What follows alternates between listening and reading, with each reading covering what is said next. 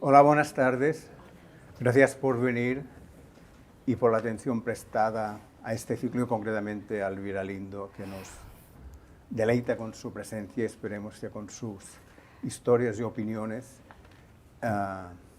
Este es un formato que se hace en directo para los presentes, en directo en streaming para los que lo siguen por internet y después accesible en la red en el canal Marc.es. Los enlaces son fáciles. Hablaremos casi una hora y hay un espacio final, 5, 10, 20 minutos para las preguntas de ustedes si tienen interés. Presentar a Elvira Lindo es una obviedad, lo ahorraré. Tiene 2 años de vida en Mallorca, de estudiante. Cuando vivió en el año 70, 71, 72 en Palma y estudió en el Sagrado Corazón. En su libro El Corazón Abierto hay una parte dedicada a esta historia. Y ha sido, con Antonio Molina, su marido, una veraneante habitual en nuestras playas. Mira, Elvira, un señor me dijo, Elvira Lindo es un seudónimo. Digo, no. Es una buena marca, pero no es un seudónimo, es su nombre real, nombre y apellido. Además, sí. Tu padre estaba muy orgulloso del Lindo, ¿no? Decía, soy Manuel Lindo, ¿no? Soy Manuel Lindo. Bien, efectivamente, es decir, nacer ya con un nombre de tanto impacto ya ayuda, me imagino, ¿no? Bueno, me lo han preguntado más veces si era un seudónimo porque suena, digamos, ¿no? Yo no suelo decir Elvira Lindo porque estoy un poco harta de mi propio nombre y huyo de él. Afortunadamente, en mi entorno casi todo el mundo me llama por diminutivos. Elvirita. Bueno, Elvirita es el justo el que... No, el que no te gusta. Bueno, es que fíjate que según he vivido en sitios y todo esto, me han ido llamando de una manera o de otra. Es cierto que para una niña, Elvira es un nombre muy sonoro, muy grande, ¿no? Tengo la suerte, no me gustaba mucho el nombre cuando era pequeña, ahora ya me he acostumbrado, porque si no me acostumbro, ahora ya, imagínate, pero mis padres discutieron sobre mi nombre, primero como no me esperaban, de pronto, boom, vine, ¿no? Pero pude haberme llamado como mi abuela paterna y me llamé como mi abuela materna, una pequeña victoria de mi madre y casi mía, porque de llamarme Sagrario Lindo a llamarme Elvira Lindo, pues bueno, no está mal, ¿no? O sea, yo creo que salí ganando. Si hay alguna Sagrario aquí, me encanta el nombre, o sea, no hay ningún problema, ¿no? Además yo creo que el nombre lo hace uno, ¿no? Y ha habido épocas en mi vida en el que Elvira Lindo era como era como una especie de seudónimo de humorista, o sea que depende también de la época que yo tenía y de lo que estaba escribiendo, el nombre sonaba de una manera o sonaba de otra. Mi padre sí le encantaba su apellido porque no es un apellido común y de alguna manera una persona que se ha tenido que hacer a sí misma, que estudió aquí y de allá como pudo y con mucho esfuerzo y solo por la fuerza de su inteligencia y todo eso, pues yo creo que el tener un apellido que lo distinguiera, pues era como una especie de arma que él tenía y luego a él le vino muy bien porque en ese A Corazón Abierto que tú hablas, cuento cómo mi padre buscó a su familia y la encontró por el apellido, precisamente porque no era un apellido común, ¿no? Entonces, bueno, ya me he hecho a esto, procuro que en mi casa no se pronuncie Elvira Lindo nunca, o sea, y entonces pues ahí yo creo que Elvi es lo que utiliza todo el mundo a mi alrededor, y ya si nos vamos hacia la zona del pueblo de mi madre, que nos vamos acercando hacia Aragón, pues entonces el virín, yo cuando voy allí voy oyendo los diminutivos que me dedica la gente porque es maravilloso que los pueblos están llenos de diminutivos y a mí eso me encanta. De repente me saca de mí misma y me devuelve a un mundo en el que yo no era más que yo. Ya. Tú te sobrepusiste o conviviste y sigues conviviendo con un otro nombre, que es un personaje que tú creaste. Y te voy a contar una cosa, un periodista común, escritor, como un amigo, que era Fernando Delgado, él tuvo que ver algo en mi trayectoria profesional muy determinado. Y un día estaba con él y digo, voy a ver, le digo, no le hables de Manolito Gafotas porque era la época de que estaba agobiándote, ¿no? Sí. Pero tú naciste contra y a favor y sobre Manolito Gafotas, ¿no? Bueno, yo de las cosas que he hecho, algunas han sido muy populares y he huido de casi todas. No solo de Manolito, sino de cuando escribí Tinto de verano en El País. Son cosas que no quiero que se me vea ningún mérito por esto, pero son las cosas que más dinero me han dado. Porque han sido todas las cosas populares, se venden mucho, o porque en el periódico sabían que tenían mucho tirón mis artículos y entonces me los pagaron mejor que me han pagado en la vida en el periodismo, los artículos cómicos. Pero nunca me ha gustado quedarme como, no sé, encasillarme, no soy así, no me gusta tener un destino. Y has digamos, publicado y publicas continuamente Manolito Gafotas en todas partes del mundo y adaptaciones diversas, diversas películas, series de radio, personajes de... ¿No has escrito más? No he escrito más. De Manolito Gafotas. El último lo escribí, pues no sé si hará 10 años ahora que escribí el último de pronto, y luego escribí en la SER el cuento de Navidad, que fue el cuento de Navidad del año pasado, y ahí me divertí mucho porque a mí hacer cualquier cosa, que ese es mi inicio, gran parte de mi inicio profesional, hacer cualquier cosa en la radio que tú puedas montar con música, efectos de sonido y todo esto, es para mí un juguete y es volver a una etapa de mi juventud en la que disfruté mucho haciendo eso. Entonces lo pasamos muy bien, lo escuchó mucha gente y yo siempre pienso, y ahora a otra cosa. No, pero había gente que de madrugada esperaba en Radio Nacional o Radio Cadena, no sé dónde nació exactamente, y después los domingos al mediodía en la SER, tu intervención, la intervención de tu personaje. Mucha gente. Es decir, yo, entre ellos, yo, antes de conocerte, ¿no? Sí, pero porque sí, era un público muy adulto, había niños también, pero era como familiar. aquí hay madres que han leído a sus hijos o les han dado los libros de Manolito Gafotas y después han pasado a leer la novelista, la comentarista, el articulista, ¿no? Sí, pues lo escuchaba mucha gente. Había veces que Fernando tenía políticos ahí en la radio y se quedaban, cosa que a mí no me gustaba porque no me gustaba hacerlo delante de la gente. Y luego era gracioso porque cuando, como dices tú, yo lo hice en Radio Nacional, yo hacía muchos personajes en la radio, en realidad. Esto es que un día puse la voz de un niño y hizo gracia y lo repetí, pero que no era el único personaje que yo hacía. Entonces, bueno, cuando dejé todo, la radio y la televisión, escribí un libro y dije, ¿de qué escribo? Pues tengo todos estos guiones, voy a empezar a organizarlos, y es cuando hice el primer libro. A raíz de eso, pues un día me llaman Fernando Delgado y Juan Cruz, periodista, escritor, y entonces me dice Juan que Fernando quiere que va a empezar el programa Vivir, que son 2 días, y quiere que haga esto. Y yo lo miré y dije, yo adoraba a Fernando, pero dije, ¿pero cómo va a hacer Fernando? O sea, ¿cómo vamos a hacer un espacio cómico? O sea, era una cosa que estaba... Porque Fernando no era actor, era una persona... Era un poeta y novelista que hacía radio. Exacto. O televisión. Entonces yo decía, ¿cómo voy a llevar a este hombre hacia un lugar cómico? Pero de estos milagros que ocurren, Fernando tenía el alma de un niño. Todo lo grande que era el alma de un niño. Él era un niño. Entonces lo que ocurrió con Fernando, yo le escribía todo el diálogo, porque él no sabía por dónde le perturbaba. Entonces, pues yo le escribía todo. Pero lo curioso es que él empezó a creerse aquello. Y se lo creyó mejor que un actor.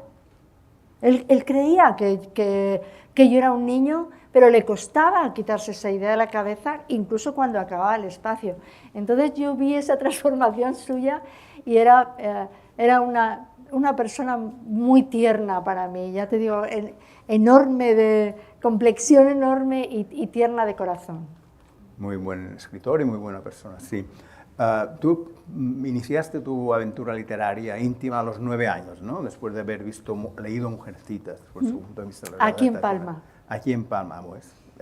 Entonces, soy una escritora desde mallorquina. Palma de... Claro, algo hay. Sí, sí. Se tendrá en cuenta. Esto me dices qué significa hija predilecta, claro. no sabes en qué se traduce, pero bueno, fue aquí. Aquí hay periodistas, escritores, cineastas y psiquiatras que tendrán en cuenta esta definición para contemplar en el futuro el panorama literario también tan diverso. Déjame que te cuente, en Palma mis padres nos regalaban, eran ese tipo de parejas que reconoceréis muchos aquí por nuestros padres, que tenían aspiraciones de mejora, pero habían sido niños de la guerra y querían mejorar.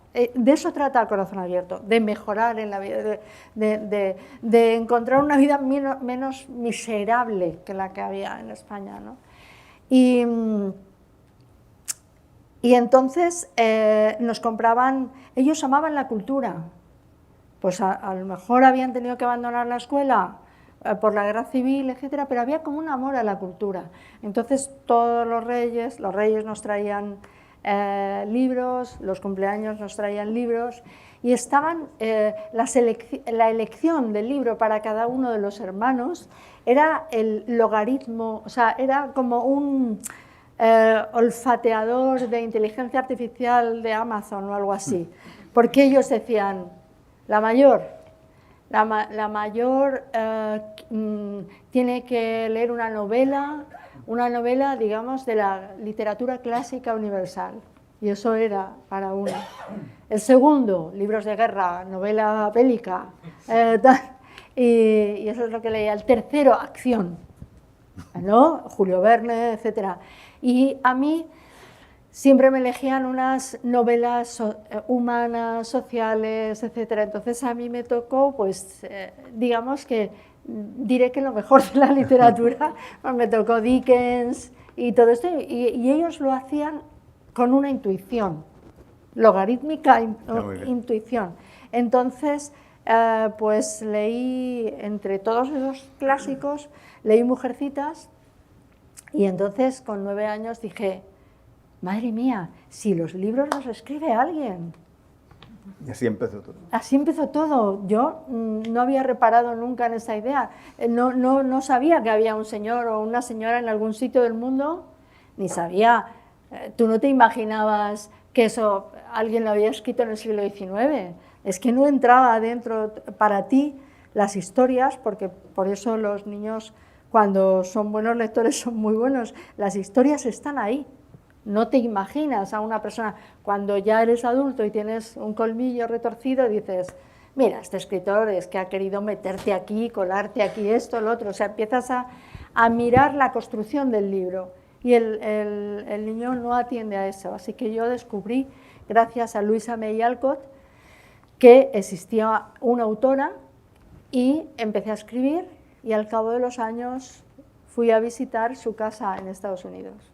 A ver, ¿dónde era? ¿Dónde ese trozo ese tablero junto a la ventana en Concord, que se llamaba El Pueblo, cerca de Boston, donde ella creó un mundo mucho más progresista del que luego nos ha parecido. ¿Y la realidad que tuviste se ajustaba a lo que tú habías leído, a lo que te habías imaginado? No. O sea, lo más diferente a Mujercitas en este mundo es mi familia. O sea, mi familia era, pues, estas 4 hermanas que se sentaban en la lumbre para, ¿sabes? Bueno, aparte de que, bueno, es un libro que transcurre durante la Guerra Civil Americana, pero bueno, mi casa éramos 4 hermanos, hermanas que nos pegábamos constantemente. O sea, no digamos que esa cosa así como de hermandad femenina y todo eso no existía en mi casa, éramos más cañeros. Hay un detalle familiar que tú cuentas en algún libro, en algún artículo, que es como que tú no recuerdas, pero que te han contado y que es una escena fantástica, casi cinematográfica. Es decir, tú naciste en Cádiz, en una de esas rutas, digamos, ambulantes o transeúntes en España, cerca de las grandes obras que su padre iba cambiando de domicilio como auditor de cuentas o contable de dragados, ¿no? Tú naces y naces en un lugar popular y las mujeres vienen a aplaudir y a cantar mientras tu madre está pariendo. Claro, nosotros vivíamos realmente las grandes diferencias sociales y culturales españolas, porque claro, ahí tenías a esa mujer que era mi madre, de la Valencia interior, rozando con Teruel, pues mucho más austera, por así, o sea, o más parca en sus expresiones o tal, y tenías a esta mujer y ella se asombraba de esas mujeres a su alrededor en el paritorio cantando, pues como si hubiera habido una algarabía y todo eso, ¿no? Porque había un poblado, digamos, pues, profesional de la empresa, donde había ingenieros, técnicos y después otra gente. ¿Vivías en un poblado en cada lugar? En cada sitio no. No. En Mallorca mi padre buscó un piso, igual que en Cádiz buscó un piso, y siempre nos decía, cuando... yo qué sé, cuando nos estaba riñendo, tal, nos decía, yo que siempre os he pagado los mejores colegios, ¿no? Y luego nos enteramos que los pagaba la empresa, Bien. Pero ya demasiado tarde. No, ella fue al Sagrado Corazón, al Sacré-Cœur, ¿no? Sí. Serías una niña adolescente pija en aquella época en Palma, es decir, Fui descubriendo lo que era ser pijo aquí, porque yo no sabía muy bien lo que era eso. A lo mejor alguna niña se rió porque el Niki que yo llevaba no tenía un cocodrilo y tenía otra cosa. Mi madre todo lo compraba de marcas, serían marcas blancas, por así decirlo. Pero no, vamos, es que a mis padres les importaba un pimiento, pero sí que recuerdo que ya, o sea, que yo apreciaba que había algo, que había una serie de cosas que tenían esas niñas y que nosotros no... Bueno, permítame excusar, lo he dicho con total complicidad y cariño, no con distancia felonichera, ¿no? De mi pueblo, ¿no? ¿Hasta qué punto toda tu biografía, la historia era construida y reescrita, te ha ayudado a tu multiplicidad de funciones? Porque eres una creadora, finalmente, ¿no? Guionista, directora de cine, actriz, periodista, columnista, cronista. Yo creo que soy contadora de historias desde pequeña, y en todas esas cosas que tú has dicho hay algunas que no sé hacer. Eso, por ejemplo, no sé. Bueno, pues por ejemplo, para ser actriz tienes que tener una disciplina y sí que creo que, hombre, el cine ha tirado mucho de actores y actrices espontáneos o de la calle, pero bueno, yo creo que estar preparado en cualquier disciplina está bien, ¿no? Pero bueno, me han permitido hacer mis incursiones, incluso no queriendo yo me lo han pedido, ¿no? Y bueno, es divertido y tal, pero... Y también es el tener vis cómica, que es algo que no controlas tú. No. O sea, eso es algo... Con lo que naces, ¿no? Con lo que naces. Y hay veces que a tu pesar. Entonces, pues bueno, eso pues me ha llevado a hacer algunos papeles cómicos, pero no... Me hubiera gustado, ya de ser actriz, si lo hubiera sido, pues ser una gran actriz. O sea, no hay un cameo, ¿sabes? No. Pero has sido actriz no solo de cameos y algo, ¿sí? Pero has sido codirectora de una película de cine. Sí, tampoco creo que lo supiera hacer. Yo estaba más ahí, yo creo que mi título hubiera sido subdirectora. Me pusieron directora porque el productor creía que iba a sacar algo más si me ponía a mí de directora, pero no se dio el caso. No sé. Entonces, bueno, yo creo que para un oficio así, por ejemplo, hay que ser muy sacrificado, hay que entregar tu vida a eso, ¿no? Y yo no entrego, o sea, yo el escribir, entrego mi corazón, ¿no? Pero no mi vida. O sea, el otro día leí, cuando Ábalos entró en la prisión en Soto del Real, me leí el horario de Soto del Real. ¿Qué cosas? Yo puedo dar hasta el horario de Soto del Real. ¿Ves? Más allá, no le... O sea, un sacrificio mayor no. O sea, quiero decir, me puedo levantar a las 8, ceno a las 9, te digo que es que me aprendí el horario Sí. y dije, bueno, pues... Es el espíritu de guionista. puedo cumplir con este horario, pero ya esa cosa de que yo he vivido en el cine una película toda rodada de noche y todas las noches fuera de tu casa y rodando, no tengo, eso no, ¿sabes? Sí, en tu argumentario, en tu realización creativa siempre está el humor, ahora mismo estabas diciendo, ¿no? El humor como argumento, como condimento central.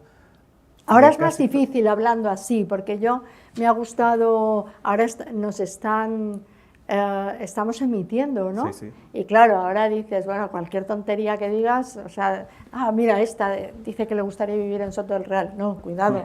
O sea, el horario, pero en libertad, el horario voluntario, ¿sabes? No, y ahora es verdad que está el peligro de la literalidad. Y cuando tienes... Cuando te gusta la ironía, te gusta jugar, te gusta reírte, pues tienes que ser un poco libre e inventarte cosas y todo eso. Si te toman desde un punto de vista literal, no estamos jugando, estamos ya a otra cosa. Es decir, tú ahora mismo tienes un compromiso semanal publicando un artículo en El País, en las páginas de opinión. Una pesadilla, un compromiso semanal, tal y como están las cosas. Poder esbozar una mínima opinión coherente es complicadísimo. Sí, pero leyendo, por ejemplo, tú pones en el buscador del País artículos escritos por el violín, uno detrás de otro. Yo lo suelo leer. He catado distintos y varios, y después he ido a un tinto de grano, y hay una congruencia, es decir, al final uno siempre escribe cosas parecidas desde un punto de vista semejante sobre cosas para que el lector se sienta implicado, interesado. Es decir, no se repite, pero si tienes una idea del mundo y la expresas semanal o quincenalmente o en un libro. Sí. No es un personaje que escribe lo que tú... No, yo creo que ahí estás tú, completamente tú, está tu voz. Y yo creo que una de las cosas más difíciles que hay es... a mí me encanta leer información en los periódicos y es lo primero que hago, que me lo cuente un periodista. Esto para mí es fundamental. Y que me lo cuente un buen periodista. Y yo así lo busco. Y luego están los columnistas de los periódicos, que son los que de alguna forma ponen la guinda o la personalidad del periódico, ¿no? Y que los lectores buscan mucho y yo lo entiendo, ¿no? Es complicado porque yo creo que el periodismo está viviendo un momento está en un estado de vulnerabilidad tan grande que creo que al periodista hay que pagarle muy bien, hay que dejarle tiempo para que investigue algo. O sea, el periodista no puede ser una persona infravalorada económicamente. No, el periodista es un oficio y tiene que cumplir con ese oficio, ¿no? Y el columnista es otra cosa, digamos que captamos como la melodía de los tiempos o algo así y escribimos, ¿no? Cuando las televisiones, y esto lo reconocerán ustedes, cuando las televisiones, las radios, los periódicos tienen un exceso de opinadores, se pierde información. Y nos acostumbramos a esa pérdida de información, es decir, vamos buscando personas que nos pasen a limpio o traduzcan nuestros propios pensamientos, pero en realidad la opinión se forma en gran parte con el periodismo y hay un exceso total de opinión. Hay muy poca información y hay un montón de programas que ustedes tendrán ahora en la cabeza que dices, bueno, pero todos están opinando, pero lo que yo quiero es que alguien me cuente con cierto rigor lo que ha pasado, ¿no? Probablemente porque la opinión es gratuita, es fácil de dar con un micro en la mano, en una cámara delante. Es más barata, y el periodismo necesita trabajo, desplazamiento, contraste, fuentes, verificar. y después llega otro y opina sobre lo que un periodista ha dicho, o que un periodista ha trabajado durante tiempo. Yo creo que los americanos lo hacían bien hasta ahora, es decir, trabajar los temas muy bien y que después opinen poco de manera contundente. Vivimos un momento muy complicado, muy complicado. Ahora he podido ver, y además que ciertas cabeceras que hay en Internet, y que algunas incluso conocidas, van recogiendo cosas que tú dices por aquí y por allá y se montan, supongo que con inteligencia artificial, todo un reportaje. Claro. Esas cosas las has dicho tú, obviamente, pero tú no se las has concedido a ese medio. Y ellos saben montar un reportaje con cosas que...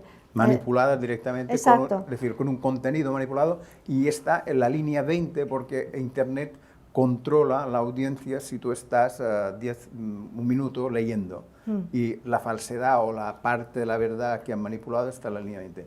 No, es un drama. Yo como periodista considero que es dramático.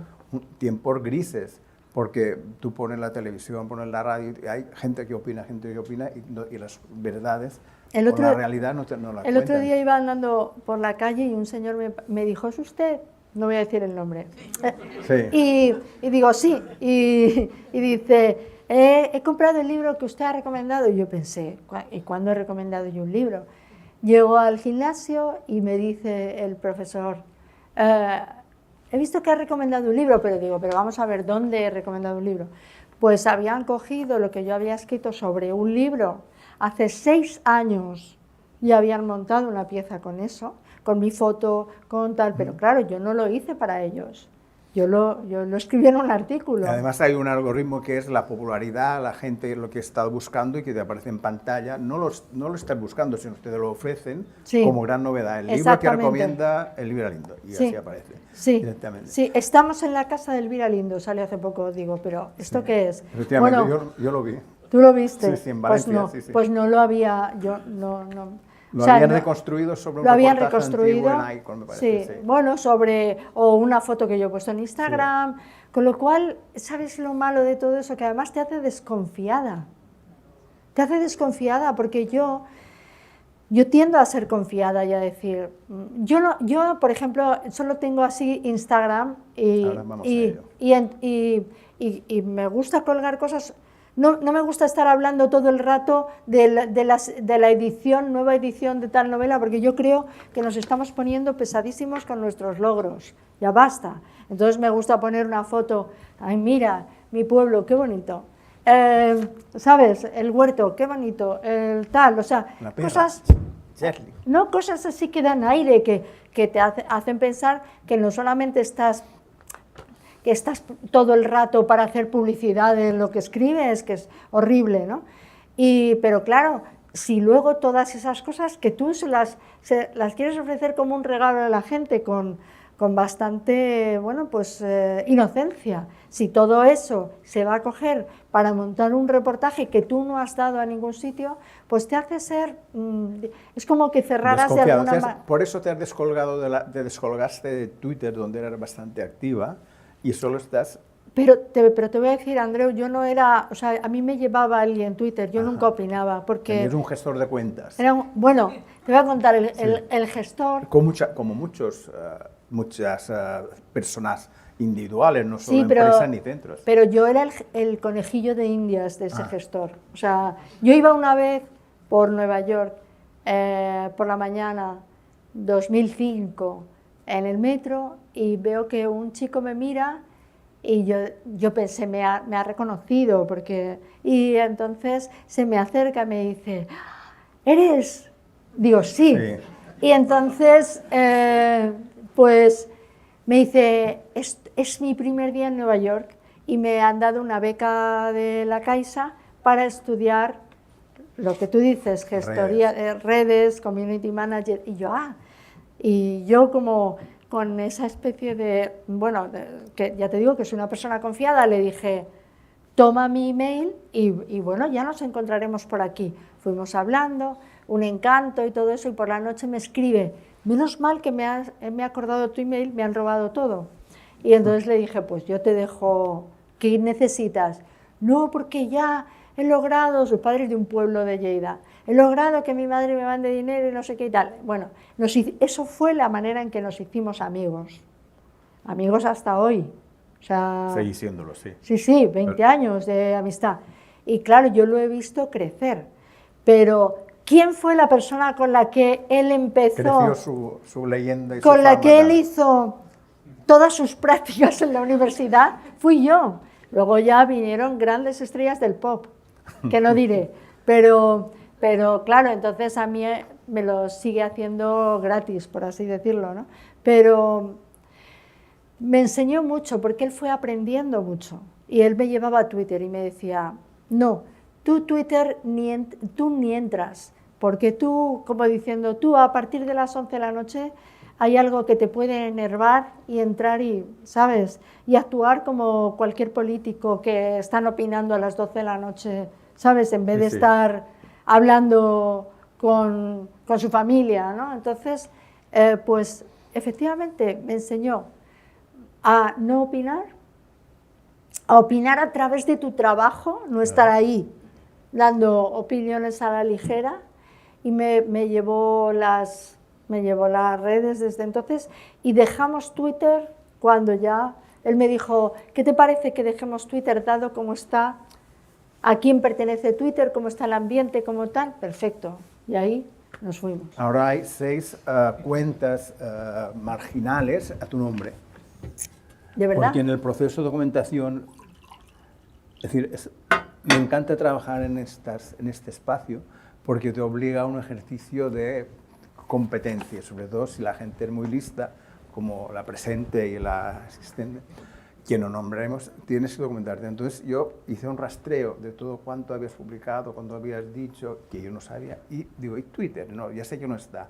Y busqué, hay 6 cuentas a tu nombre. ¿Hay 6 cuentas? Sí, marginales, con muy pocos seguidores, y que son seguidores, lectores, fan, el Viralindo 2, que no tienen, digamos, rastro de actividad.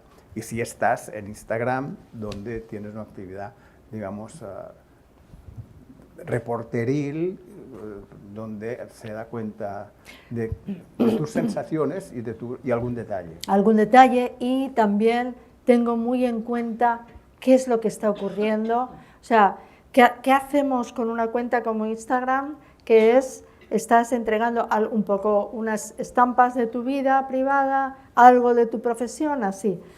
Pues ya digo, no todo profesional, porque yo creo que no me define así, pero creo que hay que tener muy a raya el ego.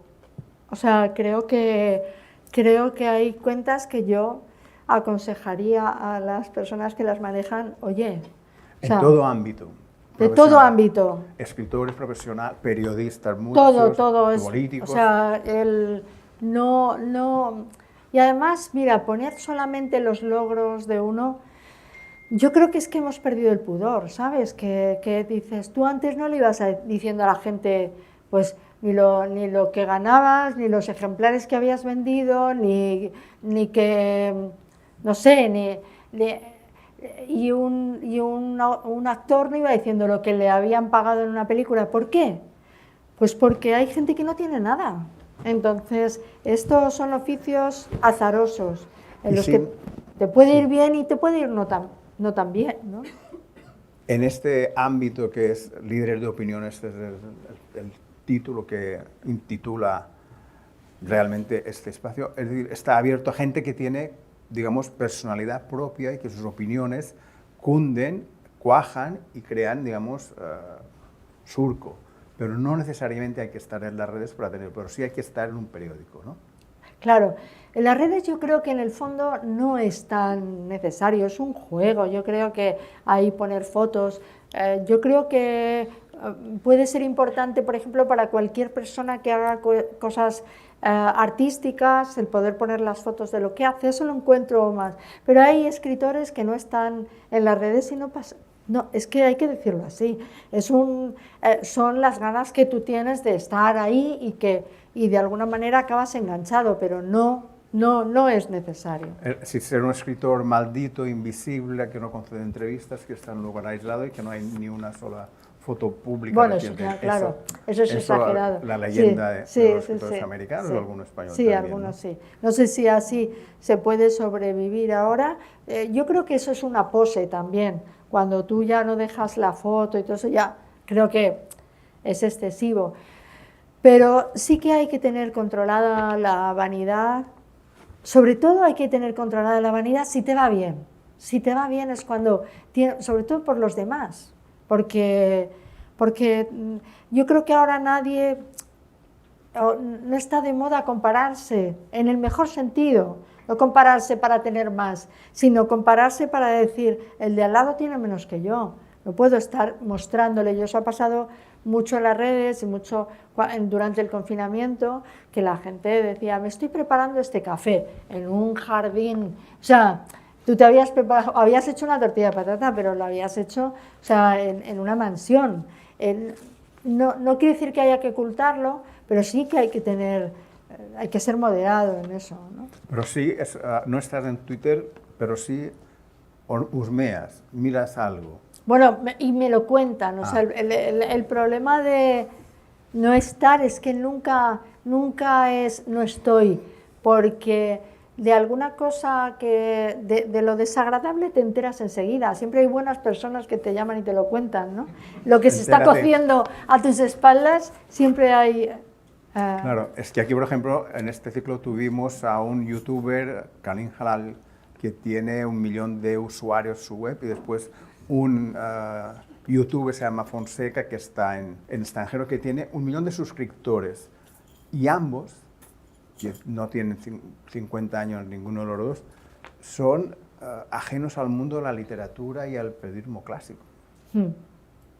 Ahora, nuestra invitada, que no diré su nombre, porque está aquí escrito, es una escritora de nacimiento en la edad del plomo, de la edad de los periódicos de plomo, de las radios en onda media, el nacimiento de la FM también, de los libros, de lo que es, digamos, el ambiente clásico. Probó de estar en Twitter y salió, pero sí está colgados, pones su nombre en el Google y te aparece, y pones una referencia y te aparecen todas las entrevistas abiertas y todas las comentarios. Es decir, no es un adiós definitivo, no es esperar qué ocurrirá mañana con este mundo tan convulso de la opinión digital, ¿tú crees? Sí, hombre, yo al menos creo que he evitado el estar, ya te digo, opinando a deshora sobre asuntos que, por supuesto, que tienes una opinión o te la estás formando o la estás comentando en tu casa, pero eso no quiere decir que tú la consideres suficientemente importante y pensada y meditada como para darla a conocer al público. Y, no. No, pero no es, se me permite, no es una cautela ni una prevención para ser transparente y abierto a todo el mundo, porque te comprometes, opinas desde toda la vida. De todo, siempre. De todo. O sea, lo que pasa es que yo creo que hay que... O sea, si tú tienes una columna semanal en un periódico bastante leído como es El País, ¿para qué quieres estar? Si bastante te cuesta encontrar, ya te decía antes, encontrar un asunto, ordenarlo, tratar de que... las columnas son pequeñas ahora, entonces de que no te abandone el lector, de que esté contigo y esté contigo hasta el final, ¿no? Hasta el final de la columna. No. Y entonces, pues yo creo que es suficiente, la opinión que yo tengo que dar. Luego tengo un espacio en la radio, es una relación completamente distinta, porque en la radio, como ocurre aquí ahora que estamos hablando, las opiniones, al menos en mi voz, que tengo esta voz, al menos en mi voz suenan con más matices, ¿no? Con más empatía, no suenan tan contundentes, ¿no? Eso a mí en ese sentido me gusta, porque yo todos los opinadores que están tan seguros de lo que piensan, En fin, yo me paso, si yo me pongo un programa de la tele con una tertulia, es que me levanto a veces, digo, pero qué tontería estás diciendo, pero no saben ni lo que estás diciendo, o sea, discuto y ya cuando me veo en eso, ¿sabes? Me veo un poco mayor haciendo eso, ¿no? Pero, por favor. entonces prefiero, pues, esta manera mía de hablar, que es un poco, bueno, con una voz así poco contundente como es la mía, y irónica, y con cierta dulzura, aunque esté diciendo algo grave, suena mejor que cuando la dices ahí en unos cuantos caracteres en Twitter. En radio... Suena Lindo, mejor en radio. Radio Lindo, que es el espacio que tienes desde hace años con Carla Alfonsino en las tardes, que también crea adicción, ¿no? Como para otro mundo también, y un personaje tan diferente sería Boyero, que sea otro de los espacios que tienen. Tienes tendencia al triángulo, ¿no? Es decir, a hablar con... Siempre sueles tener un invitado, ¿no? Sí. Y compartís... ¿Sabes lo que pasa? Que en la radio suelen llevar a personajes, ¿no? Los colaboradores son personajes que van y opinan así de cualquier cosa. Y yo no me veo mucho en ese papel. Es probable que porque empezara en la radio y empezara en equipo, ¿sabes? Entonces, pues yo sé que hay en las radios escritoras, yo qué sé, todo tipo, actrices que hacen secciones, que opinan, que todo eso, pero no, o sea, es como que no estoy muy segura de las cosas, entonces yo siempre me apoyo en alguien que llevo, ¿no? Porque tengo más curiosidad. Yo prefiero que una persona que sepa de algo me desvele ciertas cosas, ¿no?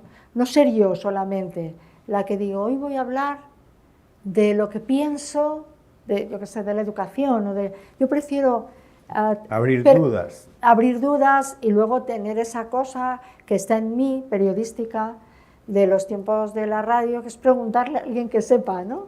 Sí. Y esto, yo por ejemplo, siento como un alivio cuando escucho mucho la radio, cuando aparte de las opiniones de tal y de cual, aparece alguien que sabe de lo que habla, ¿sabes? Y que porque está trabajando en eso, porque sabe de eso, porque lo está sufriendo, o sea, alguien que en sus carnes se aportaba una historia, que finalmente aporta una historia, que una noticia es una historia. Sí, entonces eso, pues, si tú vas por el mundo con los ojos abiertos, yo a la radio no me gusta llevar a gente conocida.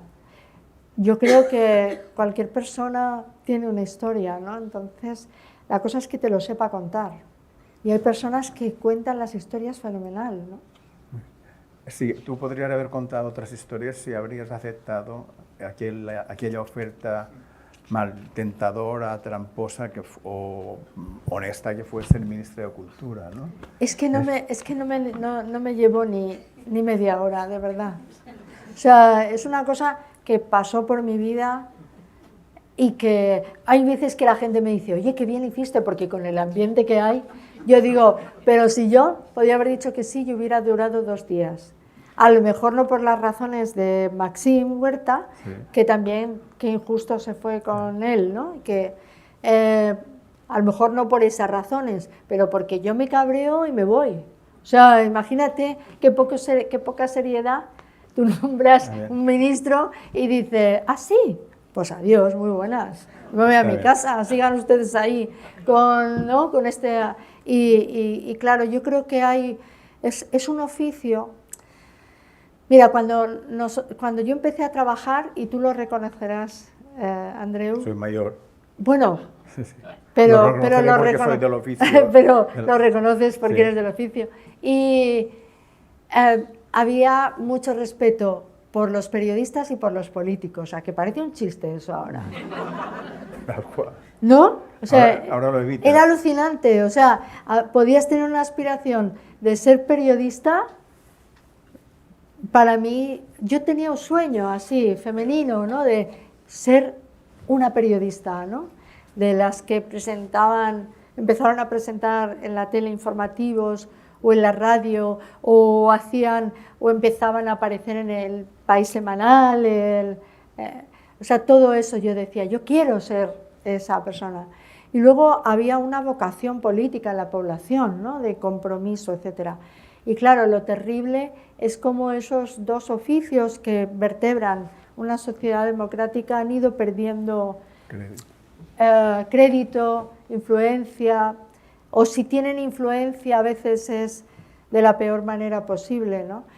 Entonces, a mí me hubiera gustado ser ministra en los tiempos de, no sé, ¿cómo decirte? Ya si te pones en la primera victoria socialista, o sea, en los tiempos en los que todo era estupendo y bonito. Y todo estaba por hacer. Todo estaba por hacer, los ministros podían ir a los restaurantes y nadie iban a tratar bien, nadie les iba a saltar de mesa en mesa para decir, pues esto que han hecho, o sea, esos tiempos que se vivió hasta Carmen Alborch, creo que vivió un buen tiempo con su cartera, porque Carmen era muy, aparte que se merecía todo el respeto, pero eran otros tiempos también, ¿no?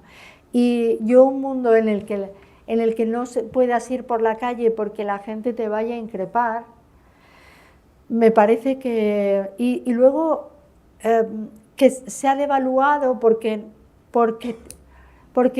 tú tienes que estar en un trabajo donde puedas decir tu verdad todo el tiempo, no una verdad impuesta, ¿no? Sí, hay que ser políticamente correcto en todas las circunstancias, y después hay otra cuestión que tú has planteado casi, un esbozo, es decir, se es gremial, es decir, los opinadores, los literatos funcionan en un gremio, se mueven entre sí, van circulando por las tertulias, por las editoriales, por las presentaciones. Hay un sentido, digamos, un poco gremial, sí. Contrariamente a lo que parece que todo el mundo opina en contra del otro, pero básicamente los escritores. Sí, yo nunca me he sentido parte de un gremio y creo que no es sano, no es higiénico. O sea, tú tienes que notar por así decirlo, los pecados de tu gremio, ¿no? Entonces, observarlos como puede hacer un psiquiatra, observar, ¿no? ¿Qué es, hacia dónde tiende un gremio? Hacia el exceso de egolatría, de vanidad, a ser muy tolerante con uno mismo. Tienes que observar cuáles son los pecados de los políticos.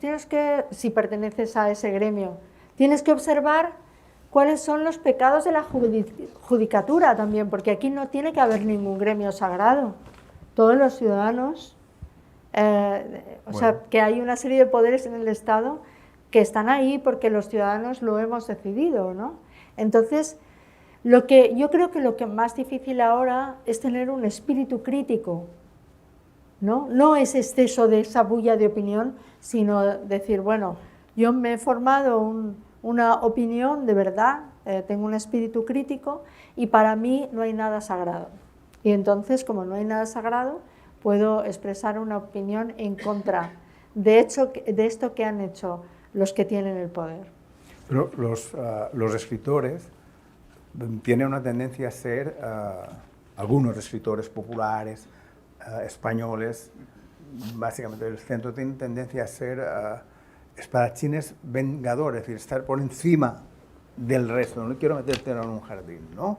Para que utilicen la frase, pero sí te digo historia. Es decir, antes tú hablabas de que, o no lo hablas, lo dijiste en alguna entrevista, de que el primer escritor que tú leíste en un periódico fue Umbral. Sí. Vale. Bueno.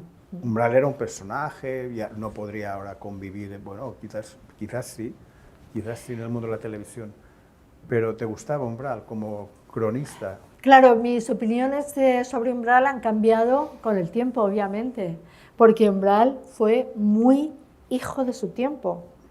Entonces, pues naturalmente, o sea, imagínate 16 años, una chica de un barrio de Madrid.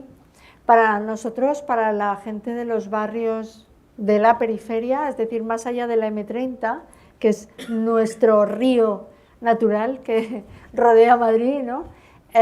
pues lo aspiracional era pasar al centro. Pero yo creo que esa es la propia historia de la literatura, o sea, vivir en las afueras y soñar, estar en Brooklyn y soñar con estar en Manhattan. O sea, esa es la historia de la literatura. Para mí, cuando mis padres comenzaron a leer El País, que antes en mi casa se leían informaciones, y bueno, pues cuando empezaron a comprar el periódico El País, abrías, estaba Umbral, ¿no? Entonces un señor, claro, también es el momento en el que yo empiezo a leer un poco, no todo, pero empiezo a leer periódicos y a escuchar las opiniones de mis padres. Entonces un señor que está diciendo que va a comprar el pan y se encuentra a fulanito, a menganito, que sale por la noche, que va a tal bar donde se reúnen artistas, políticos, periodistas, pues yo digo, esta es la persona que está viviendo en el centro del mundo, que es donde yo quiero estar. Entonces, en ese aspecto, para mí fue revelador. O sea, Umbral, de alguna manera, me reveló una forma de escribir para contar el mundo que no era informativa, sino que era creativa, ¿no? Para contar el mundo, una crónica social. Lo que pasa que luego, pues visto con el tiempo, me doy cuenta de, hombre, tenía la terrible misoginia de esa época. O sea, es que todo estaba, su idea de las mujeres, su idea tan... Fue un constructor de personajes públicos. Evidentemente era el primer cronista con negritas que había en la prensa española. Que si te sacaban en las negritas de Umbrales, sí, que habías dado un paso, pero la idea sobre, no sé, una imagen tan utilitaria de las mujeres, y luego una cosa que tú vas aprendiendo con el tiempo.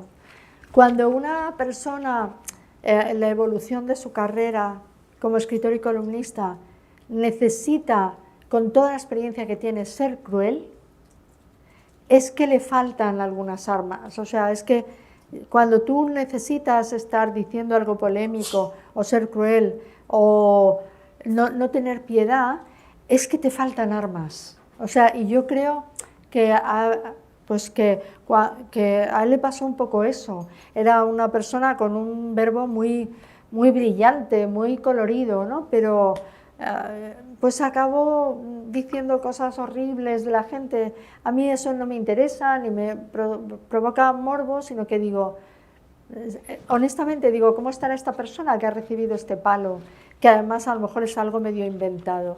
Pues ese tipo de llamar la atención así, no me gusta ni en la vida ni en la, sí, creó una escuela, ni en la literatura. Creó escuela porque tuvo imitadores, alumnos durante años, y todavía podríamos reconocer en la prensa madrileña su éxito, su liderazgo de estilo. Era más fácil porque también había menos de todo.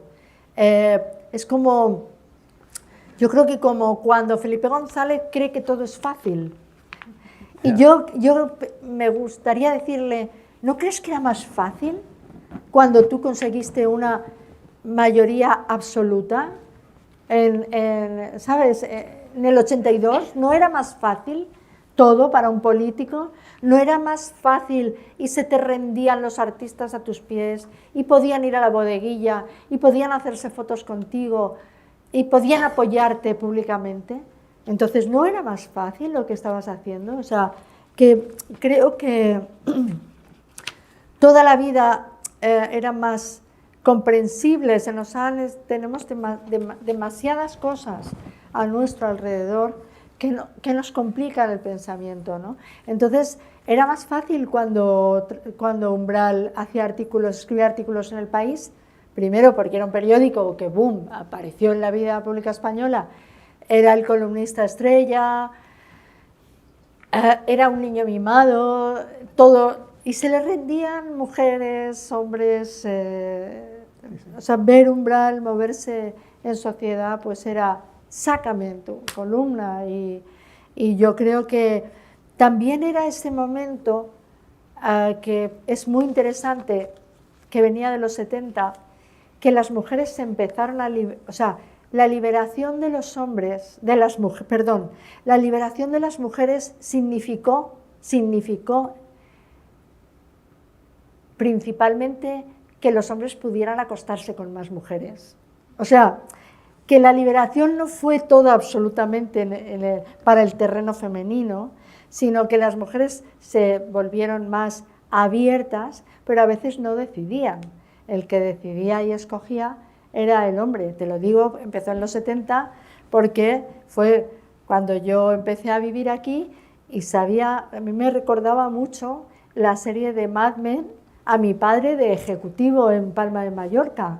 Entonces la mujer siguió en su casa, la mujer siguió en su casa, trabajando en su casa.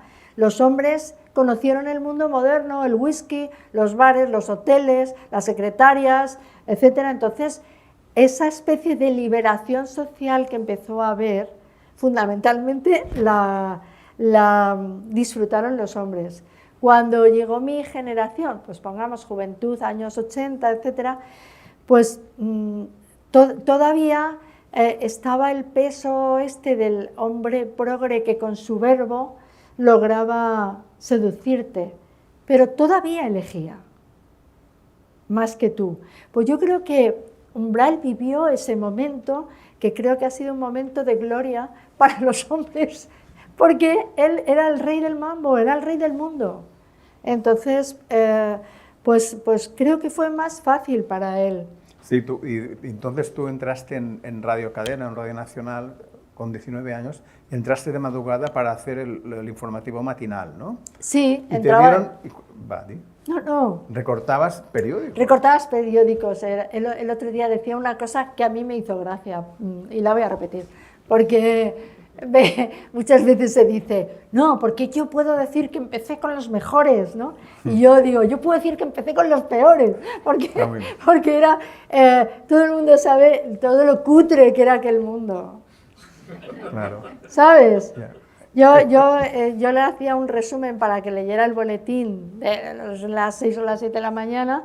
Tú imagínate, para mí, 19 años, estar despierta en Madrid, en el centro, pues yo ya pensaba, ¿sabes?, que estaba tocando la gloria, ¿no? Solamente por el hecho de estar ahí rondando las calles a las 7 de la mañana. Y este señor, pues yo creo que llegaba bebido ya a la radio, probablemente venía a otro sitio. Entonces era un señor mayor que venía, era cubano y venía con un traje como de alpaca blanco, o sea, era irreal, ¿no? Si a mí me dicen que me colocan en un sueño ahí, a esa edad, digo, pues sí, un señor que se te aparece, que viene, los dos solos en aquella emisora que todavía no la habían integrado, sí. No la habían remodelado y todavía estaba todos los pasillos y tal decorados con demostraciones, fotos de las mujeres de los coros y danzas, de las demostraciones sindicales, ¿no? Femenina, con sí. Unos cositas de estas por el pelo y unas faldas así para bailar las jotas y todo eso, así, tú entrabas así, medio dormida y veías como espectros de un tiempo que estaba a punto de morir, ¿no? Y por allí entraba aquel individuo, ¿no?, así, con su barriga, con su respiración, ¿no? Y entonces yo le recortaba los periódicos, o sea, no había teletipos en aquella emisora ni nada, entonces los pegaba allí y el tío los leía y tal, y luego me tenía que tomar un café con él. En fin, éramos una pareja extraña, por así decirlo, y lo que pasa que nos tomábamos un café, luego él se iba, no sé cómo seguía su vida, pero yo empezaba a trabajar con más gente, pero yo estaba en aquel Madrid que todavía era lo que llamaban el poblacho manchego, en aquel bar que se llamaba El Diario, porque estaba al lado del Diario Pueblo, sí, sí. Y pues rodeada eran periodistas y eran taxistas, éramos los... y una tercera. Y yo, yo que no era nada, ni taxista ni periodista, ¿no? Y entonces, a mí, yo creo que en la vida tienes que vivir experiencias. Claro, yo digo, una persona que estudia ahora periodismo y entra a hacer un máster y todo esto, no puede vivir aquello que viví yo. ¿no? No, O sea, tú has incorporado esta historia en algún sí, libro. sí, pero por eso ahora estoy escribiendo sobre ese tiempo, ¿no? Pero digo, claro, lo que viví yo, pues la gente tendría que pagar por vivirlo, ¿no? Porque no siempre te encuentras Ya. que puedes empezar con los peores. Generalmente entras a un máster que es carísimo para que te enseñen periodistas, ¿no? De lujo. Teóricamente de lujo. Teóricamente de lujo. Pero bueno, yo ahí estuve. Sí, lo presente lo mejora todo. Ahora se abre el turno, si os parece, de preguntas o cuestiones de interés para nuestra invitada. No sé lo que ha hablado Andreu. Muy Creo bien. que me he ido un poco por la No, rama. hemos hecho una gran ensalada de historias interesantes, yo creo. ¿Alguna pregunta? ¿No quieren? No, antes de que surja una pregunta... Mira que si me voy con la idea de la timidez de los, No, eso ya, de claro. los mallorquines, no quiero irme con esa idea. Son indolentes, decían el otro día. Ah, ¿sí? ¿Quién? Sí, un escritor antiguo, le dijeron que lo tradujeron. Digo, sí, ¿Ah, puede sí? ser. No, leyendo también una historia reciente, una entrevista que te hicieron, explicas un detalle curioso. Tú fuiste en esa época de periodista joven, en este ambiente tan lúgubre o postsindical, a hacer un reportaje a la hija de Matilde Landa. ¡Ostras! Matilde Landa fue una presa que se suicidó en Can Sales, en Mallorca, que era una dirigente del Partido Comunista que detuvieron y vino a Mallorca y era coetánea y también de otra víctima que es las Rogers del Molinar, Aurora Picornell. Cuéntanos ¿qué te explicó la hija o cómo fue? Bueno, yo te digo que la suerte del momento que te ha tocado vivir la tienes que ver luego, pero yo tenía una conciencia de que era importante. Había compañeros míos, mi barrio estaba muy politizado, pero tampoco era especial porque eso era normal en esa época. Y yo tenía amigos que el local del Partido Comunista se rondó desde el principio, era muy popular. Y en la clandestinidad la gente se conocía. Yo tuve amigos que sus madres o sus padres estuvieron en la clandestinidad. Una de esas amigas que tuvo me presentó a su madre, me dijo, mi madre tiene un poema dedicado de Miguel Hernández, tiene Platero y yo dedicado para ella cuando era pequeña. Ella sirvió de modelo para unos carteles que se hicieron en la guerra. Yo decía, pero ¿y por qué todo esto? Entonces yo empezaba entonces a trabajar en la radio y fui a ver a esta mujer. Esta mujer era hija de Matilde Landa, una señora que se dedicaba a traducir y a corregir textos y tal. Y entonces Matilde Landa fue una comunista muy, digamos que perteneciente a la gente que estaba preparada intelectualmente, ¿no? Luego había gente más de la lucha obrera. Y Matilde Landa la metieron en la cárcel, vino aquí a la cárcel de Palma y la presionaron mucho para que se convirtiera a la fe católica. Acabó muerta en el centro del patio de la prisión y se suicidó, pero bueno, no quisieron dar esa versión, pero ella no se quiso convertir al catolicismo, no quiso que la bautizaran, porque ella venía de una familia muy progresista, yo no sé si de origen anarquista. Entonces yo tenía esta amiga, nieta de Matilde Landa, hice un programa sobre ella. Luego tenía otro amigo que era nieto o sobrino de Rosario la Dinamitera, que era otra de las mujeres estas. Tenía otros amigos que eran de los Azcárate, del diplomático. Sí. Entonces, bueno, pues todas esas cosas yo las fui descubriendo en mi juventud y la verdad es que tuve mucha curiosidad y procuré llevarlas a la radio. Es curioso que en aquella época empezó a dejar de interesar todo eso, porque lo moderno, la movida lo acaparó todo Y de alguna manera, o sea, ahora se habla mucho como de un silencio que se hubiera impuesto. Pudo haber una parte de silencio impuesto cuando llegó la democracia, pero luego también fue una juventud entonces a la que no le interesa, o sea, que estaba otra cosa, que estaba pues a divertirse, luego llegaron las drogas, o sea, las ciudades cambiaron completamente, los movimientos pasaron de ser movimientos estudiantiles a tribus urbanas, etcétera, ¿no? Entonces yo me quedé un poco ahí como porque me siguió interesando siempre todo lo social y tal. Y luego, por mi propia forma de ser, nunca renuncié al pasado, es decir, que en la radio había viejos locutores y locutoras, y a mí me interesaban, o sea, porque fueron dos mundos muy fragmentados, los periodistas que irrumpieron en la radio y los que quedaban, aquellos que tenían esas voces inmensas de la radio antigua o franquista, ¿no? Y esos viejos locutores a mí me enseñaron cosas, o sea, que conocí, hice mucha amistad pues con un guionista del programa de Elena Francis, o sea, quiero decir que de todo, yo creo que hay que estar abierta a todo, ¿no? Y luego me interesaron siempre los mundos así como raros y todo eso.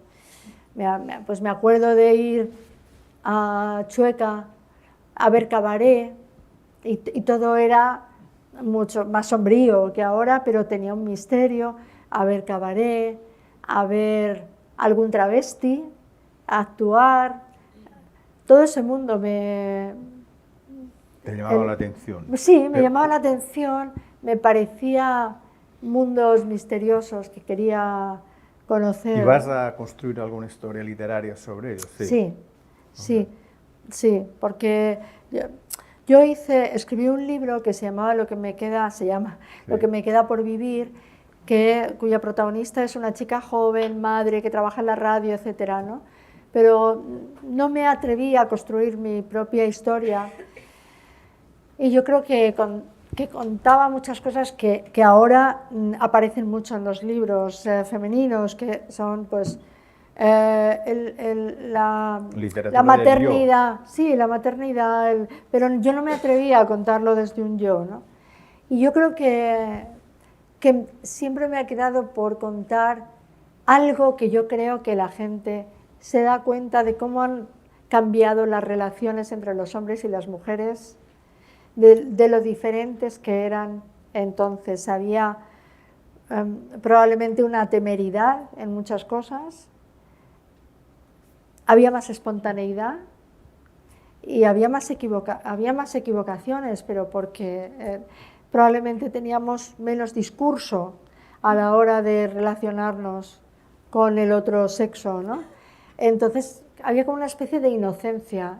Me parecía que podía contar algunas cosas que vi en aquella época de todo ese mundo tan vivo de relaciones. ¿Y estás en ello? Estoy en ello, Andreu, pero pierdo el tiempo porque me vengo aquí, o sea, a estar contigo. Vas a rememorarlo, ¿no? No, bien, pero claro que me tengo que disciplinar. Sí, un poco. Bueno, pero si eres una trabajadora nata, como se demuestra la cantidad de libros, de espacios, de momentos. Mira, pregunten aquí. Un momento, vi el Mesías, es que está en emisión en streaming. Que lo hable al micrófono, claro, para que salga usted también. Para que se enteren en Carabanchel y en Son Collet.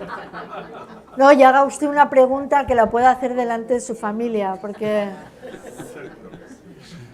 Muchas gracias por su intervención tan falsamente espontánea, que es lo que me gusta, y que da la sensación de que ni lo ha preparado y de que le sale espontáneamente y que es así usted, lo cual me parece perfecto, creo que es así, la veo así.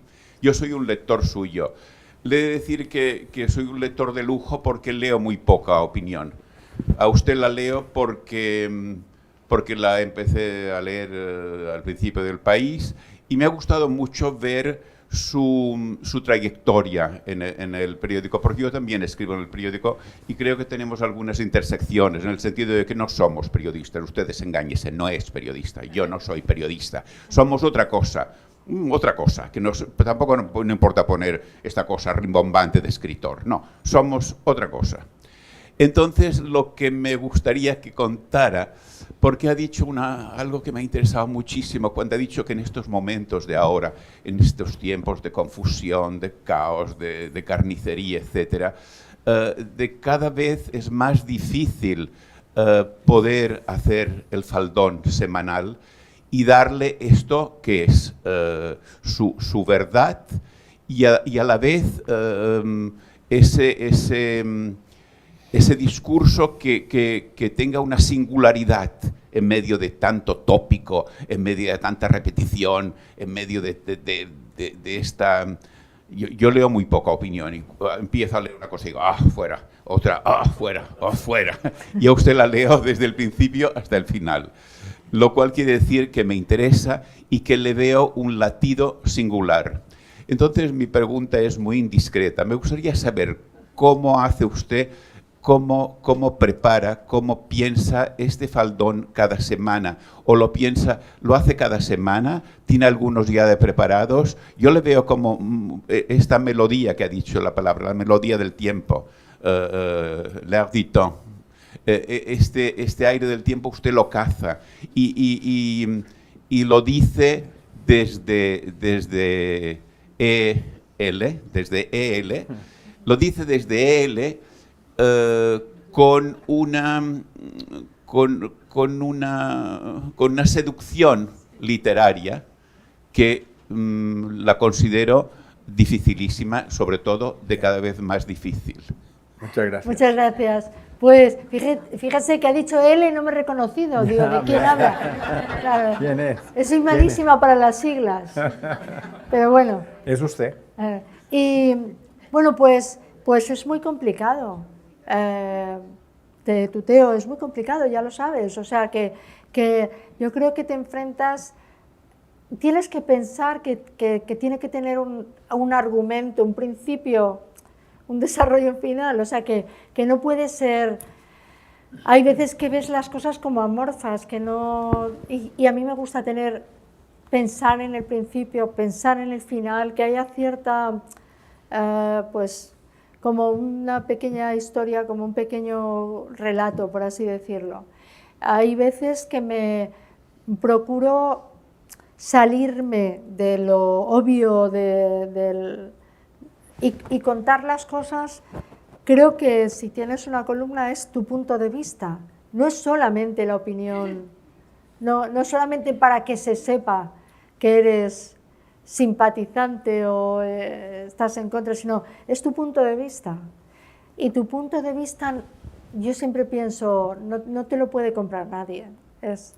Tienes que ser libre para escribir lo que piensas, ¿no? Y hay veces que significa no estar jugando con ningún equipo.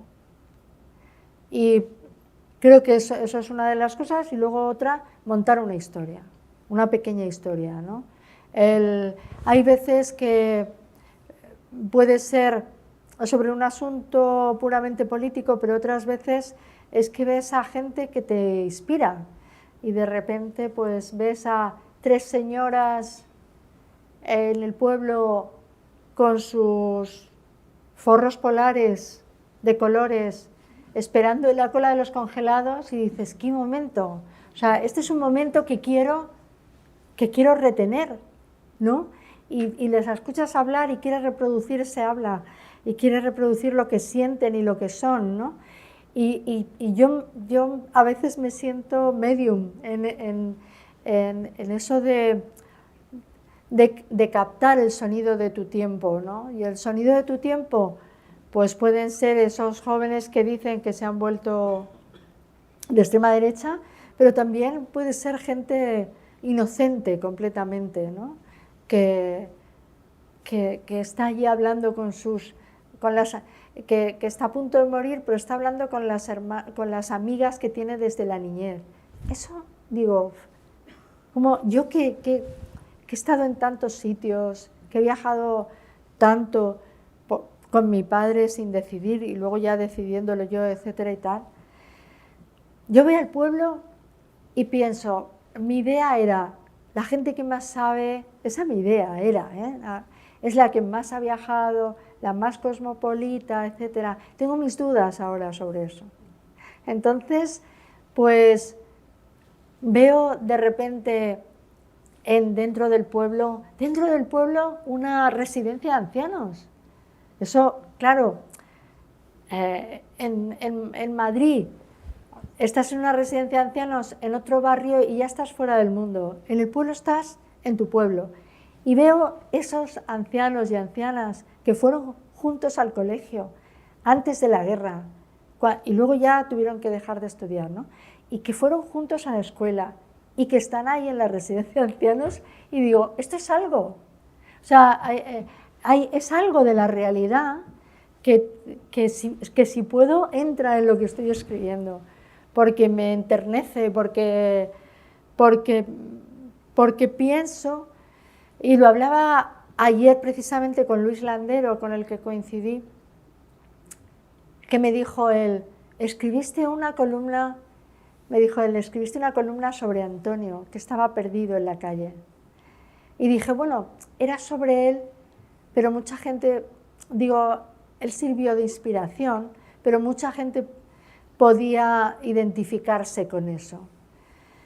Salir por la mañana con un perrito a la calle, ser un hombre de cerca de 70 años, salir por la mañana con un perrito a la calle, ser el único que va a comprar el periódico entre muchísimos miles de personas, sentirte perdido, pensar que hay demasiado tráfico, no saber que igual te puede pillar un patinete de pronto, o sea, sentir que el bullicio de la ciudad puede contigo y llegar hasta ese periódico que vas a comprar todavía en papel, etcétera, ¿no?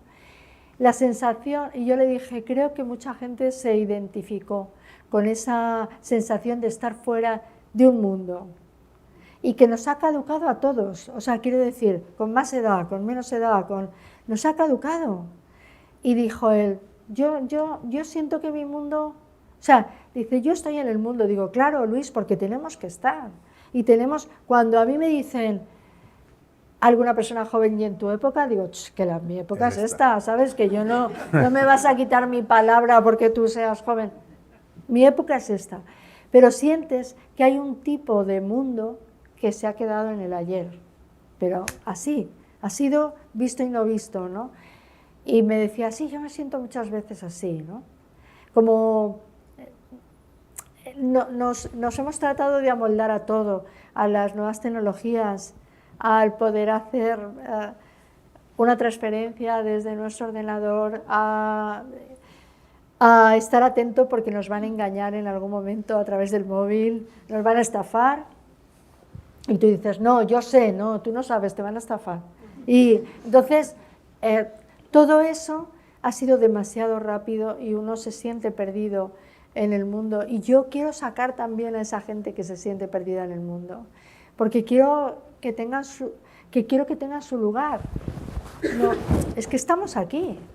No solamente es qué piensa la persona más joven, eso es importante, pero en el fondo estamos condenados a pertenecer a un mundo de jubilados, de gente mayor. Queremos que nos traten bien, que nos cuiden, que nos presten atención en su momento sanitaria. Llegará, ¿no? En su momento, pero bueno, quiero decir, claro, quiero sacar esas cosas también en lo que escribo. No quiero que sea solamente lo que le ha dicho este diputado a este otro diputado. Es decir, una escritora de tu tiempo, que coges, como dice Mesquida, el aire del tiempo, la narración de los personajes, el yo colectivo, es decir, el oído de la ciudadanía. Hay una pregunta allí, señor. Pero yo creo que tenemos que hacer una hermandad o algo, ¿no? Sí. Me ha encantado todo lo que cuentas. Yo también, si me lo preguntan, me defino como contadora de historias como tú, pero también lo he hecho desde muchos ámbitos, desde el periodismo y desde el cine, pero al final lo que lo que vertebra todo lo que haces es ese espíritu de compartir lo que tienes dentro, lo que reflexionas, lo que has vivido. Y también te quería preguntar si para ti en algún momento has hablado de umbral, pero si habían sido referentes también estos escritores americanos que fueron los del nuevo periodismo, entonces mezclaban ¿no? ese punto de confluencia de la literatura y el periodismo que a mí tanto me gusta y que yo veo mucho en ti, ¿no? Sí, bueno, claro, el nuevo periodismo, cuando yo empecé a estudiar periodismo era de lo que se hablaba, ¿no? Y claro, hay nombres ahí hay nombres increíbles. Lo que sí que es verdad es que hay veces que no se ha practicado bien con esta cosa del nuevo periodismo, se pensaba que te puedes saltar la verdad. Y dices, no, aquí se juega una cosa, ¿sabes? Si hablamos, si lo llamamos periodismo, aquí se juega otra cosa, es que hagas ficción, ¿no? Pero es verdad que en el nuevo periodismo también ha habido ahí sus momentos de camelo y todo eso, ¿no? Y claro que me han gustado, pero fíjate que yo hay veces que he intentado contar historias que ni tan fueran solo el sonido del tiempo y a lo mejor no informaran de nada, ¿no? Por ejemplo, a mí me encantaban los cuentecitos muy cortos que publicaba Dorothy Parker. ¿Por qué? Porque veía pues ese tipo de mujer que vive en la gran ciudad, que se lía con un hombre que a lo mejor que en una noche se lleva un desengaño amoroso, que se intenta suicidar, que vivía el drama, que probablemente lo vivía también ella, de esas mujeres que trataban de sobrevivir en la gran ciudad, ¿no? Y yo creo que como Dorothy Parker no tenía que quedar bien con ningún colectivo, por así decirlo, era muy libre contando los anhelos femeninos, ¿no? No tenían que ser heroínas, ¿no? Sino que eran pues mujeres que vivían o que querían buscarse un novio rico, que querían... Y están tan llenos de gracia esos cuentos que me sirvieron de mucha inspiración. Y también el realismo americano, que a mí lo que pasa que el realismo americano aquí lo llamamos costumbrismo para denostar, o sea, en España lo llamamos costumbrismo para denostar el realismo, ¿no? Pero a mí me ha enseñado esa forma tan pura que yo veía de qué forma tan pura escribían en el New Yorker, por ejemplo, que no hacía falta que supieras tanto inglés para disfrutar de... Bueno, ahí publicaban todos los grandes, ¿no? Desde Dorothy Parker hasta luego publicó Alice Munro, ¿no? Y entonces todas esas historias, a veces ficción y otras veces tenían que ser hechos probados, ¿no? Pero estaban escritos con una sencillez y una gracia que yo a veces no percibo. O sea, la gracia la tienes que tener escribiendo, tienes que tener el talento de la narración. Yo digo ya que llevo muchos años como para haberlo trabajado, ¿no? Y eso es lo que a mí me atrae. En alguien que escribe una columna pienso, aprovéchala, ¿no? Aprovecha el espacio que tienes, ¿no? Aunque sea poco, aunque sea, ¿sabes? Aprovéchala para que sea algo, para que no se te vaya la gente al primer párrafo. Eso es y los periódicos creo que están para que los entienda cualquier, o sea, quiero decir, cualquier persona que coja un periódico tiene que entender lo que está leyendo. Entonces, yo me pongo muy nerviosa. Hay veces con gente que escribe yo qué sé, sobre todo con juristas. Digo, no entiendo esto, no lo entiendo, ¿cómo lo pueden publicar en el periódico? Si yo no lo entiendo, ¿sabes? Y me pasa a veces, ¿no? Digo, acláramelo, cuéntamelo en un estilo periodístico, ¿no? Sin embargo, a lo mejor si me lo cuenta un periodista sí que lo entiendo, ¿no? Y creo que eso es fundamental, ¿no? el saber que el periódico tiene que estar vivo y contarte historias que te interesen y que entre la realidad por ahí y todo eso.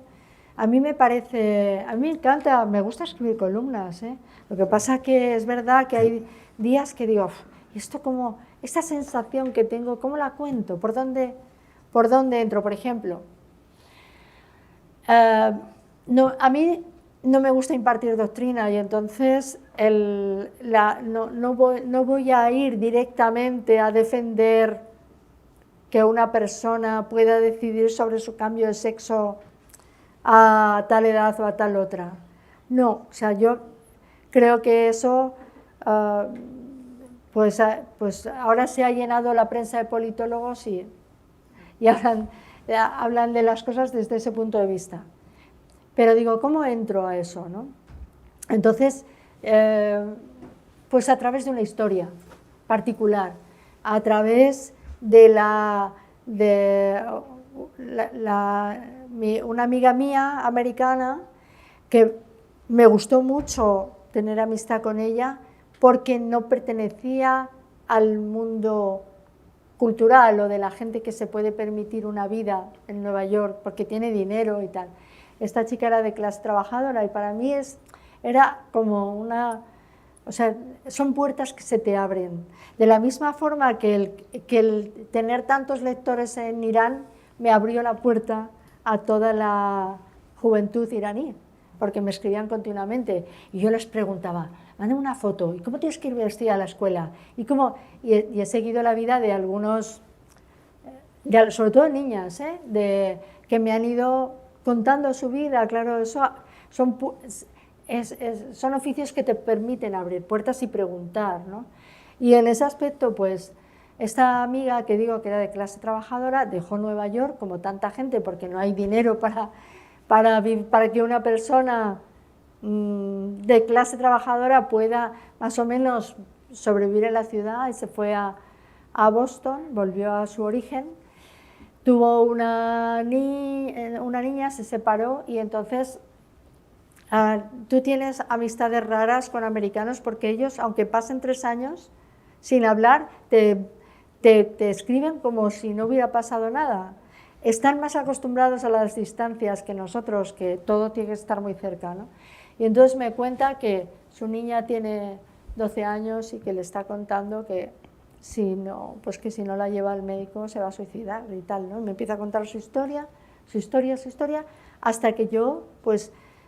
cuando tiene ya niño 16 años, la cuento en El País, pero cuento puramente su historia. Yo no digo, esto es lo que hay que hacer, esto hay que ir al médico, y cuento el miedo que tiene, porque ahora puede ser culpado el médico que le está, puede ser denunciado el médico que le está recetando los medicamentos, su madre por si está forzándola a hacer eso, tal, bueno, todo eso.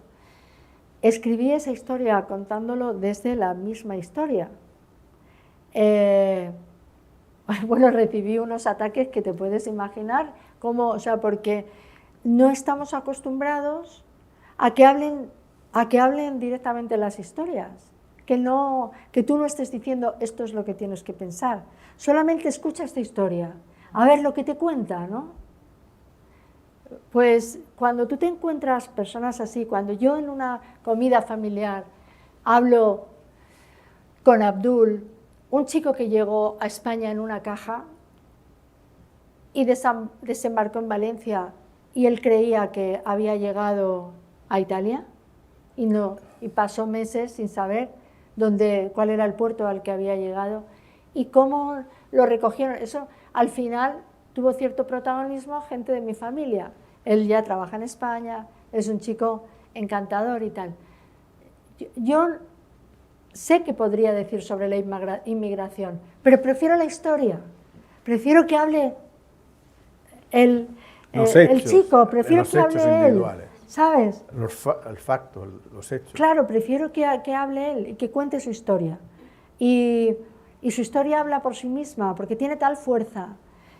Y tiene tal fuerza de decir, llegas a un puerto y te abren una caja y sales tú. Una caja es un contenedor, ¿no? Sí, pero era como contenedor. una caja de cartón con 14 años y sales tú y empiezas a vagabundear por una ciudad, ¿no? Y luego esa historia, que es solo una historia, pues a lo mejor la pusieron de examen de la selectividad. Y entonces yo dije, lo voy a decir por la radio, avisar a Abdul de que su historia ha aparecido en un examen de selectividad.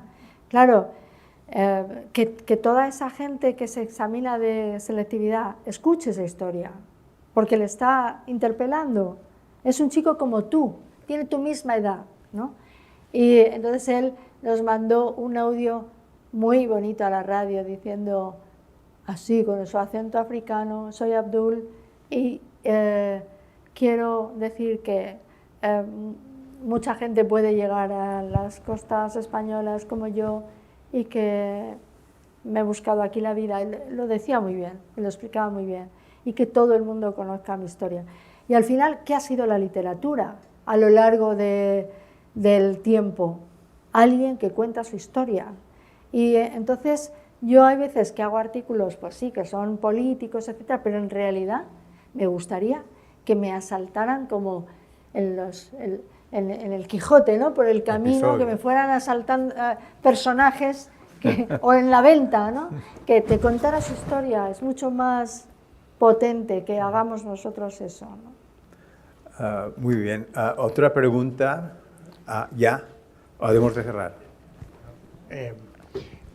Muchísimas gracias. Quería, bueno, primero de todo, una persona que se ha aparecido mucho en vuestra conversación, Francisco Umbral, si me permitís una pequeña sugerencia, el podcast Expediente Umbral, que ha hecho la Fundación Juan Marc hace relativamente poco, pues ahí habrá, para las personas a las que les interese, pues averiguar más todavía sobre esa figura tan central. Pero bueno, sobre todo quería agradecer muchísimo a nuestra invitada de hoy por haber aceptado nuestra invitación, haber venido aquí. Ha sido un gusto escuchar vuestra conversación, y quisiera también aprovechar para felicitar a Andreu Manresa y darle las gracias por la colaboración que ya, bueno, se va consolidando con este formato Líderes de Opinión. No quiero desvelar gracias. cuáles van a ser sus invitados de la próxima temporada, pero les invito a que vean nuestra página web, estén al tanto, y seguiremos conversando, pues como ven, con diferentes líderes de opinión de medios muy distintos. Muchísimas gracias a nuestros dos invitados de hoy. Démosle un aplauso. Gracias, Pablo.